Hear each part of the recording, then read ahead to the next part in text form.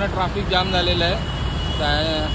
Sion Panvel highway आहे आपला आणि जुईनगरमध्ये ते पब्लिक ब्रिज आहे आपला। तर पब्लिक ब्रिजच्या खाली पाणी भरलेलं आहे। पाणी काढायचा प्रयत्न चालू आहे, दोन दोन मोटर चालू आहेत, पण पाणी काय कमी व्हायला तयार नाही, कारण पाऊस कमी होत नाही।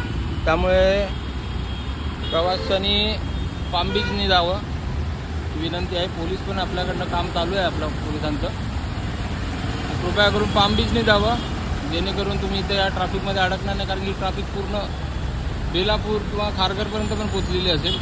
दोन्हीकडे तशीच आहे, थोडं दुसरीकडची ट्रॅफिक आता क्लिअर झालेली आहे, आणि आता पाऊस यायची अजून शक्यता आहे।